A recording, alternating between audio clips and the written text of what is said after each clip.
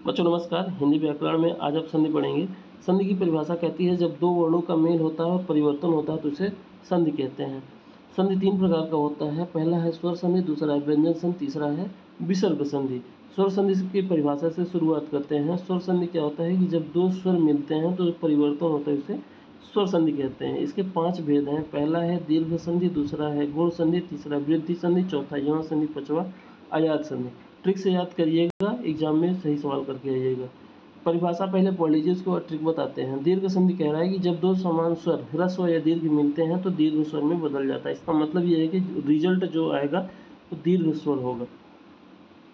देखिए यहाँ पे उदाहरण के रूप में देखिए, अ या आ से मिल के बड़ा आ हो गया, ई बड़ी ई हो गई, ऊ बड़ा ऊ हो गया। इस तरीके से यहाँ पे परिवर्तन आया है। उदाहरण देखिए, विद्याधन आलय क्या हो गया, विद्यालय। याद रखिए ट्रिक ये है कि बीच वाला जो है वो बड़ा मात्रा रहेगा। बड़ा आ, बड़ी ई, बड़ा ऊ। तो यहाँ पे देखिए विद्यालय में विद्या में या में बड़ा की मात्रा है, ई वी में बड़ी की मात्रा है, ऊ नू में बड़ा ऊ की मात्रा है। तो ये देखिए बीच वाला जो है जहाँ पे संधि हुई वहाँ पे बड़ी मात्रा रहेगी। ठीक, चलिए अगला कह रहा है गुण संधि। गुण संधि में क्या है, अ या आ के बाद ई बड़ी ई, ऊ बड़ा ऊ, री आते हैं तो ये कम से ए ओ अर में बदल जाते हैं। इसको याद करने की जरूरत नहीं है, उदाहरण से इसको पहचानिएगा कैसे। गुण संधि में जहाँ पे संधि होता है वहाँ पे एक मात्रा लगी हुई होती है।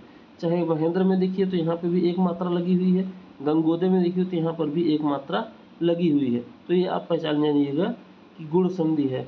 अब गुण संधि के बाद आता है वृद्धि संधि। तो अभी गुण संधि में एक मात्रा लगी थी तो एक मात्रा की वृद्धि कर दीजिए तो क्या हो जाएगा। ट्रिक ये है कि दो मात्राएं लगी रहेंगी। इसी तरीके से यहाँ पर भी गंगोदय में एक मात्रा लगी हुई थी तो अब यहाँ पर भी दो मात्रा लग जाएगी। यही ट्रिक है कि एक मात्रा की वृद्धि हो जाएगी तो वृद्धि संधि हो जाएगा। परिभाषा कहता है कि अ या आ के बाद ए ऐ ओ औ आते हैं तो अ या औ में बदल जाते हैं। उदाहरण देखिए, कह रहा है मत धन ऐक्य, तो क्या हो जाएगा मतैक्य। मतैक्य में अब देखिए दो मात्राएं लगी हुई हैं। अगला उदाहरण कह रहा है नर धन ओक। नर धन ओक में नरौक में दो मात्राएं लगी हुई हैं। तो इस तरीके से देखिए वृद्धि संधि में दो मात्राएं लगी हुई हैं। अगला है यड़ संधि। यड़ संधि में य हो जाता है व और र, ये तीन शब्द जहाँ पे आ जाए संधि स्थल पे तो आप यड़ संधि अपने आप लगा दीजिएगा। परिभाषा कहता है जब ई या ई के बाद ऊ या बड़ा ऊ के बाद री के बाद भिन्न स्वर आते हैं तो यहाँ पे य व र में बदल जाता है। कुछ ज़्यादा ही यहाँ पे लिख गया है, इसको य व र, ठीक है, इस तरीके से होना चाहिए। ये नियम इसके हैं। अब उदाहरण से इसको पहचानिए। निधन अंतर संधि स्थल पे य है, व है, र, ये तीन शब्द तीन वर्ण आने वाले हैं, य व र। तो इसमें क्या है, य आ गया है। दूसरे में कह रहा है सुधन आगर, तो अ की जगह पे व हो जा रहा है। संधि स्थल पे य व र आ जाए तो ये य संधि है। अजात संधि कह रहा है ए ऐ ओ औ के बाद कोई भिन्न स्वर आता है तो अ आय अव आव में बदल जाता है। तो याद रखिए ट्रिक में कि यही जिसमें आ जाए वो अजात संधि है। उदाहरण देखिए, नय धन अक क्या हो जाएगा, नायक, तो अय में बदल गया। गय धन अक किस में बदल गया, गायक, आय में बदल गया। पो धन अक किस में बदल गया, औ में बदल गया, पावक हो गया। तो ये इसका ट्रिक था, ये इसके परिभाषा उदाहरण थे। दूसरा आता है व्यंजन संधि। व्यंजन संधि कहता है कि व्यंजन संधि तब होती है जब व्यंजन के साथ स्वर व्यंजन या विसर्ग मिलते हैं और उसमें परिवर्तन होता है। इसके नियम है। पहला नियम है वर्गीय नियम। वर्गीय नियम का मतलब होता है क च ट त प, ये क वर्ग, च वर्ग, ट वर्ग, त वर्ग, प वर्ग। तो क च ट त प जो है अपने वर्ग के पांचवें पंचम अक्षर में बदल जाते, तीसरे चौथे पांचवें अक्षर में कभी कभी बदलते हैं।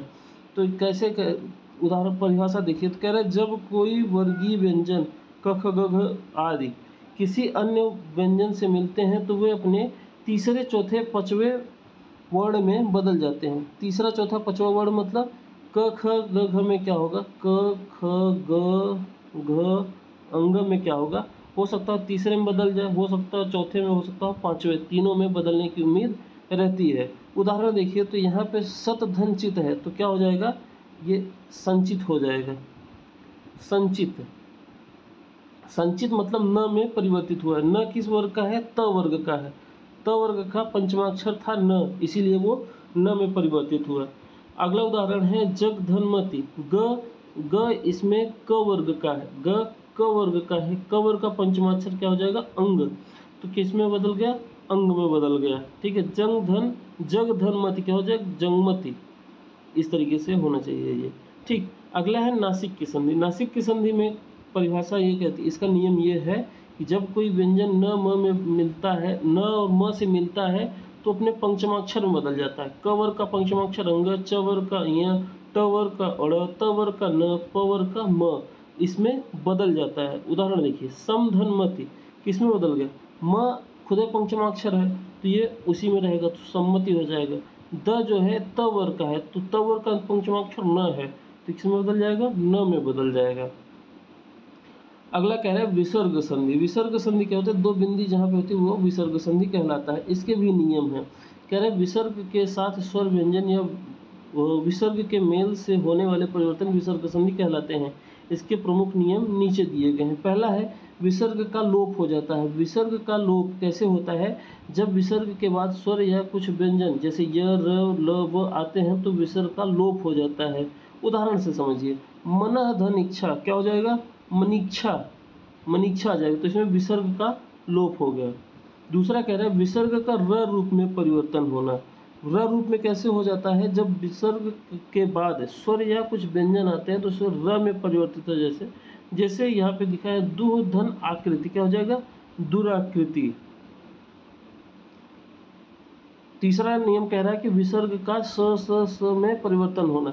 जब विसर्ग के बाद क, ख, प, फ, च, छ, ट, ठ आते हैं तो वो विसर्ग में क्रमशः स में बदल जाते हैं। उदाहरण से समझिए, निधन क्षय, निधन क्षय किस में हो जाएगा? ये क्षय में बदल जाएगा। आगे देखिए, तपह धन चर्या किस में बदल जाएगा? तपश्चर्या में, स में बदल जाएगा। विसर्ग का ओ रूप में परिवर्तन होना। कुछ कुछ जगह ओ में परिवर्तित हो जाता है। जब विसर्ग के बाद अ आता है तो वो विसर्ग ओ के रूप में बदल जाता है और बाद में अ का लोप हो जाता है।